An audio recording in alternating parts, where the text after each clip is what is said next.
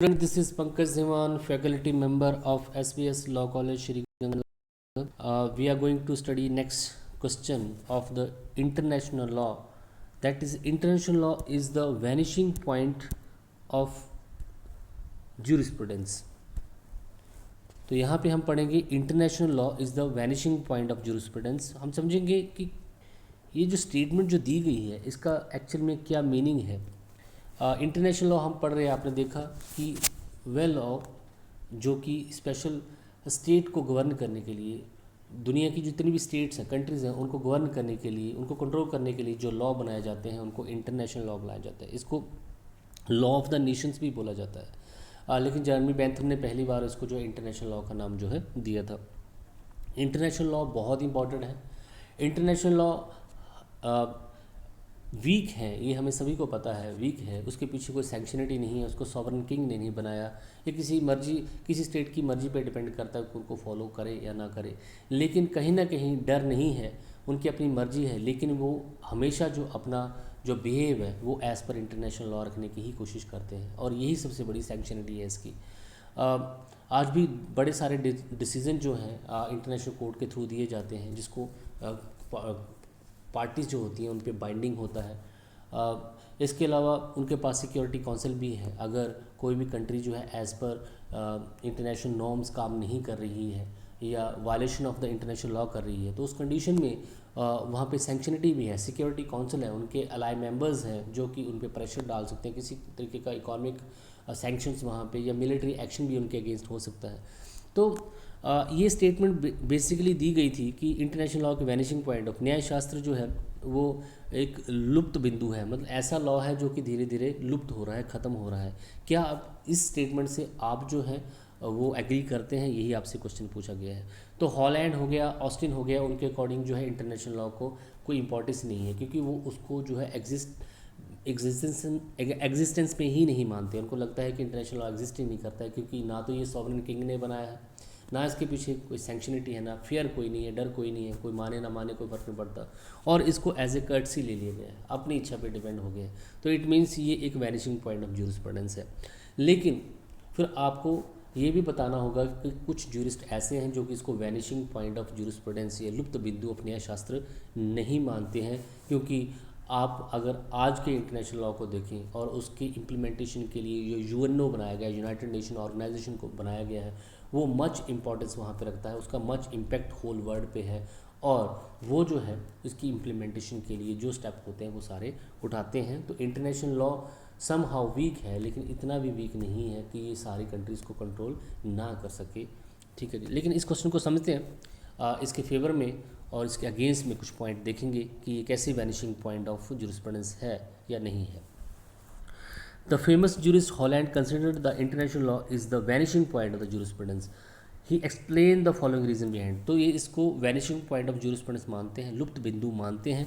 इसका कारण क्या है? हॉलैंड और ऑस्ट्रिया ही इसको ज़्यादातर मानते हैं. International law is not enacted bye the sovereign king. अगर कोई स्टेट है, कोई देश है, और उसके जो सॉवरन किंग है, जो उसका संप्रभु है, उसने अगर कानून बनाया, संप्रभु डिफरेंट फॉर्म में हो सकता है, कोई राजा हो सकता है, या वहाँ से पे अपॉइंटेड कोई भी सरकार हो सकती है, लोगों के द्वारा इलेक्टेड कोई गवर्नमेंट हो सकती है जिसके पास एब्सोल्यूट पावर हो. तो उनके द्वारा अगर कानून बनाया जाता है तो उसको उसकी पालना भी करवाई जाती है, उसको फॉलो भी कराया जाता है. अगर उसको फॉलो ना करे तो वहाँ पे पनिशमेंट का प्रोसीजर भी होता है. लेकिन क्योंकि ये एक सॉवरन किंग ने नहीं बनाया, किसी इंडिपेंडेंट ऑर्गेनाइजेशन नहीं बनाया, ये सभी कंट्रीज़ ने मिल के बनाया है, तो ये जो है इसलिए इंटरनेशनल लॉ को इम्पोर्टेंस नहीं देते हैं. क्योंकि इसके पीछे सैंक्शन नहीं है, डर नहीं है, इन्फोर्समेंट का कोई तरीका नहीं है, और इसको एज ए कर्टसी जो है मनमाना जो है अपने तरीके से माना नहीं माना उस पर डिपेंड करता है. इसलिए जो हॉलैंड ने इसको जो है एक वैनिशिंग पॉइंट ऑफ जूरिस्प्रूडेंस माना है. Austin is also same view. He also does not consider the international law as a law because according to him law is the command of the sovereign. According to this definition both element are not present in the international law. Austin तो शुरू से ही law को sovereign की command मानता है, लेकिन ये दोनों ही एलिमेंट इसमें नहीं है. Neither made by the sovereign, ना तो ये सॉवरन ने बनाया, किसी संप्रभु ने बनाया है. Second, neither has any sanction of its enforcement. और इसको इन्फोर्स कैसे कराए, इस कानून को इन्फोर्स कैसे कराया जाएगा, उसके पीछे क्या सैंक्शन लगाए जा सकते हैं, क्या फेयर हो सकता है, ये कोई भी चीज़ वहाँ पे डिसाइड नहीं है. तो हॉलैंड और ऑस्टिन के अकॉर्डिंग तो जूरिस्प्रूडेंस जो है, सॉरी, जो इंटरनेशनल लॉ जो है वो एक वैनिशिंग पॉइंट ऑफ जूरिस्प्रूडेंस है, क्योंकि इसमें जो है बेसिक फीचर्स नहीं है। ना तो ये सॉवरेन किंग ने बनाया है, ना इसके पीछे सैंक्शनिटी है कि इसको इन्फोर्स कैसे करवाया जाएगा, और इंटरनेशनल लॉ को एज ए कर्टसी जो सभी लेते हैं, एक बहुत ही हल्के में इसको जो है लिया जाता है। लेकिन अब देखते हैं कि कौन ऐसे जूरिस्ट हैं जो कि इसको जो है वैनिशिंग पॉइंट ऑफ जूरिस्प्रूडेंस नहीं मानता है। But now it is well settled that the above statement of the Holland is not true. This concept of Holland is wrong that the international law is a vanishing point of jurisprudence. It is true the international law is not enacted by the ये ठीक है कि international law को किसी sovereign ने ही बनाया, and no agency of its, no ऐसी कोई एजेंसी भी नहीं है जो उसको इन्फोर्समेंट करा सके इसके कानून को। But it does not means that the international law is not a law, लेकिन इससे ये नहीं साबित होता कि इंटरनेशनल लॉ लॉ नहीं है। It is a law but it's true that it's a weak law. हाँ, ये लॉ है लेकिन ये वीक है, ये हम मानते हैं, क्योंकि इसके पीछे कोई सैंक्शनिटी या कोई ऐसी संस्था नहीं है जो इसको इन्फोर्स करवा सके।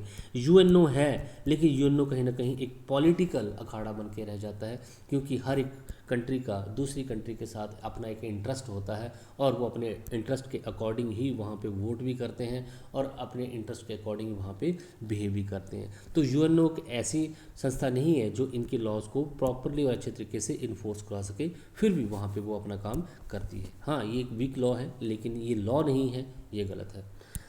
The jurists who do not consider the international law as the vanishing point of jurisprudence, it says that there is a difference between the state law and international law. जो जूरिस्ट जो है ये मानते हैं कि jurisprudence जो एक vanishing point of law नहीं है, वो बोलते हैं कि डोमेस्टिक लॉ या स्टेट लॉ में, किसी कंट्री के लॉ में और इंटरनेशनल लॉ में फ़र्क होता है। स्टेट लॉ जो होता है वो वहाँ की संप्रभु ने, वहाँ की जो एब्सोल्यूट पावर मेजॉरिटी में जो लोग हैं वो बनाते हैं, और जब वो बनाते हैं तो उनकी इन्फोर्समेंट की भी वहाँ पे करवाई जाती है। उनकी सरकार होती है, वो उसको इन्फोर्समेंट करवा सकते हैं। उनके पास सारे वो इंफ्रास्ट्रक्चर होता है, उनके पास पुलिस है, उनके पास आर्मी है, उनके पास जुडिशरी है, जिसके थ्रू वो इसको इम्प्लीमेंट करवा सकते हैं। लेकिन इंटरनेशनल लॉ में ऐसा होना पॉसिबल नहीं है। Even after this the fear of sanction is there is international law, लेकिन उसके बावजूद भी जो इंटरनेशनल लॉ बनाए जाते हैं, जो सभी देशों ने मिल के ट्रीटी और कस्टम के थ्रू बनाए होते हैं, वो उनके पीछे सैंक्शनिटी जरूरी फेयर नहीं होता है। According to Dias, international law is avoid and compiled by with the state because it is in the interest of the state themselves involvement of the fear in it। क्योंकि इंटरनेशनल लॉ को इसलिए countries follow करती हैं क्योंकि उनका interest होता है बाकी स्टेट के साथ, इसलिए वो उसको फॉलो करती हैं, और यही डर भी उनको होता है कि हमारे रिलेशन कभी दूसरी कंट्री के साथ ख़राब नहीं हो जाए, इसीलिए वो इंटरनेशनल लॉ को फॉलो भी करते हैं। तो हमेशा डर ही जरूरी नहीं होता, इंटरेस्ट भी होता है, अपना हित भी होता है, जिसकी वजह से बाकी देशों के साथ संबंध न बिगड़े, इसलिए इंटरनेशनल लॉ को फॉलो किया जाता है। The jurist arguing for not vanishing point of jurisprudence और international law advance the following statements. तो जो ऐसे जूरिस्ट जो जूरिस्प्रूडेंस को वैनिशिंग पॉइंट नहीं मानते हैं, उनके यहाँ पे स्टेटमेंट्स क्या हैं, देखिए। The judgement of the international court of justice are binding. UNO के अंडर जो उनका एक ऑर्गेन है जिसको बोलते हैं इंटरनेशनल कोर्ट ऑफ जस्टिस, उसका काम क्या है, अगर दो कंट्रीज़ के बीच में, टू स्टेट्स के बीच में कोई डिस्प्यूट रिलेटेड टू बाउंड्री या अदर कोई ट्रेड या कॉन्ट्रैक्ट से रिलेटेड कोई इशू हो जाता है, इकॉनमी से रिलेटेड कोई इशू हो जाता है, तो वहाँ पे इंटरनेशनल कोर्ट ऑफ जस्टिस के डिसीजन बाइंडिंग है। इट मीन्स कहीं ना कहीं उनके डिसीजन फॉलो करने होंगे, तो हम इंटरनेशनल लॉ को वीक कैसे मान सकते हैं। If any state does not honour the order of judgement of the international court of justice, the security council may give an recommendation against the state action. अगर दो स्टेट्स के बीच में कोई डिस्प्यूट होता है, इंटरनेशनल कोर्ट ऑफ जस्टिस उस पर कोई डिसीजन सुनाती है, और जो डिस्प्यूट पार्टीज़ हैं वो उस डिसीजन को मानने से मना करती हैं, तो सिक्योरिटी काउंसिल भी उनका एक ऑर्गेन है जिसका काम क्या है, पूरे दुनिया में पीस और सिक्योरिटी को बना के रखना। वो कोई ना कोई रिकमेंडेशन जो है स्टेट को दे सकती है, स्टेट को मजबूर करा सकती है कि वो उस ऑर्डर को माने, और कोई भी एक्शन, इकोनॉमिक एक्शन या फिर कोई मिलिट्री एक्शन भी उनके अगेंस्ट ले सकते हैं, क्योंकि यहाँ पे सिक्योरिटी काउंसिल में एलाए आर्मी भी होती है, जैसे अमेरिका हो गया, फ्रांस हो गया, जर्मनी हो गया, इंग्लैंड हो गया, इनके पास अपनी आर्मी है, और ये आर्मी के थ्रू जो है उस स्टेट को मजबूर कर सकती हैं।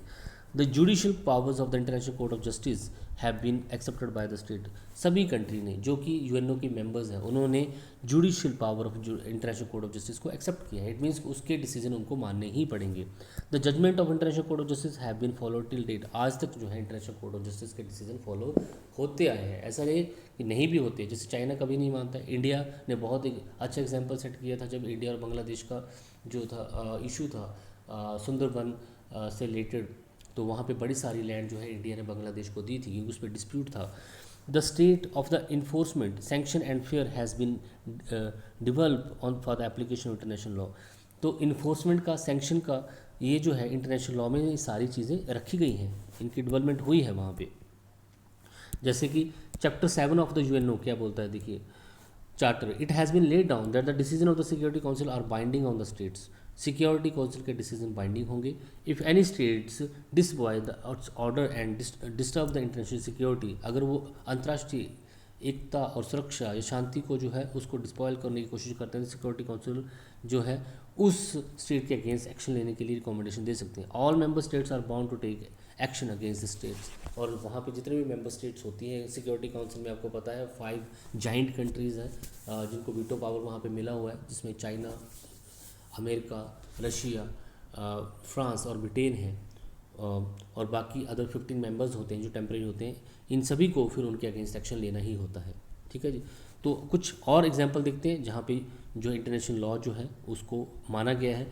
द गल्फ़ वॉर 1991 में जब हुई थी, जब इराक ने जो है कुवैत की टेरिटरी को अपने पोजेशन में ले लिया था और इंटरनेशनल लॉ को ब्रीच वहाँ पे किया, क्योंकि आप किसी दूसरी स्टेट की बाउंड्री में जो है इंटरफेरेंस नहीं कर सकते हैं, आप कोई इंटेंशनली वॉर जो है उसका अगेंस्ट नहीं कर सकते हैं। सिक्योरिटी काउंसिल ने एक रेजोल्यूशन पास किया, इराक को बोला गया कि कुवैत की बाउंड्री वापस करे, उसको आज़ाद करे, बट इराक ने उसको नहीं माना। सिक्योरिटी काउंसिल ने उसके अगेंस्ट इकॉनमिक और पॉलिटिकल रिस्ट्रिक्शन वहाँ पे लगाई, बट इन ऑल वेन वो बर्बाद होंगी। तो पहला मिलिट्री एक्शन नहीं होता है, पहले उस पर जो इकॉनमिक और पॉलिटिकल प्रेशर बनाया जाता है। दैन यूएसए और उसकी जो अलाइज कंट्री हैं उन्होंने मिल के जो है इराक पे एक रेजोल्यूशन पास किया सिक्योरिटी काउंसिल में, और वहाँ पे यूएसए ने फिर उसके आर्मी ने उन इराक पे अटैक किया और कुवैत को फ्री करवाया। तो सिक्योरिटी काउंसिल के ये थ्रू सब कुछ हुआ। उसके अलावा सेम टाइप ऑफ जो है 1948 में, 1961 में नॉर्थ कोरिया और कांगो में भी ऐसा ही हुआ। सिक्योरिटी काउंसिल ने उन पर पेनल्टी लगाई क्योंकि उन्होंने अगेंस्ट लीबिया ने क्या किया था, अमेरिका के एक जहाज़ को, प्लेन जिसका नाम था लॉकर बाई स्कॉटलैंड में, उसको जो उन्होंने मार गिराया था। कॉन्सिक्वेंटली 2 सिटीजन की वहाँ पर डेथ होगी। सिक्योरिटी काउंसिल ने लीबियन गवर्नमेंट को वो जो 2 टेररिस्ट है जिन्होंने इस पूरे ऑपरेशन को अंजाम दिया था उसको अरेस्ट करने के लिए बोला और उनको जो हैंड ओवर करने के लिए बोला, ये हुआ। इसके अलावा WHO, आज जैसे कोविड चला हुआ है तो सबसे ज़्यादा गाइडलाइन कौन दे रहा है, WHO दे रहा है। यूएनओ का एक बहुत इंपॉर्टेंट पार्ट है और उसके डिसीजन जो हैं, उसकी जो भी डायरेक्शंस हैं वो सारी कंट्री फॉलो कर रही हैं। तो कहीं ना कहीं इंटरनेशनल लॉ को फॉलो किया जाता है। तो हम ये बोल सकते हैं कि इंटरनेशनल लॉ एक जो है वैनिशिंग पॉइंट ऑफ जूरिस्प्रूडेंस नहीं है। ओपेनहेम तो आप जानते हैं सबसे ज़्यादा डेफिनेशंस और सबसे ज़्यादा सपोर्टर ऑफ इंटरनेशनल लॉ को ओपेनहेम में मिलेंगे।